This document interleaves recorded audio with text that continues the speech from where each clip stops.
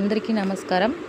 పుష్కరిణి వత్తి ఎలా చేయాలో మీకు నేర్పిస్తాను, చూడండి ఒకసారి. మీకు నచ్చితే మాత్రం మా ఛానల్ని ఫస్ట్ టైం చూస్తూ ఉంటే లైక్ అండ్ సబ్స్క్రైబ్ చేయండి.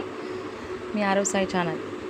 పుష్కరిణి అనగానే 12 సంవత్సరాలకు ఒకసారి వస్తుంది కాబట్టి 12 × 365 రోజులు మొత్తం కలిపి 4380 పోగులతో మనం ఈ వత్తిని తయారు చేసుకోవాలి. ముందుగా ఒకటి మనం ఇలా చిన్నది కర్డ్ బౌల్ ఉంటుంది కదా, దానికి మనము కొంచెం ఆయిల్ డ్రాప్ అప్లై చేసుకోవాలి. రౌండ్ అప్ అయిపోయినాక మనం తీయడానికి ఈజీగా ఉండాలి. మళ్ళీ అది చిక్కుపడకుండా చాలా జాగ్రత్తగా 3600 అయ్యేదాకా దీనికి మనము రోల్స్ చేసుకోవాలి. 3600 అంటే 36 పీసెస్ అక్కడ పెట్టుకొని మనం 100 to 100 3600 అయ్యేదాకా చేసుకోవాలి. అలా చేసుకున్నాక దాన్ని కిందికి అని తీసుకోవాలి.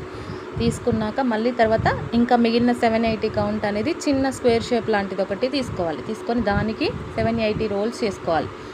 చేసుకున్నాక దాని నుంచి కూడా తీసినాక దాన్ని మిడిల్లో కట్ చేయాలి. కట్ చేసి ఈ 3600కి మిడిల్లో పట్టుకొని పైన నాప్ చేయాలి.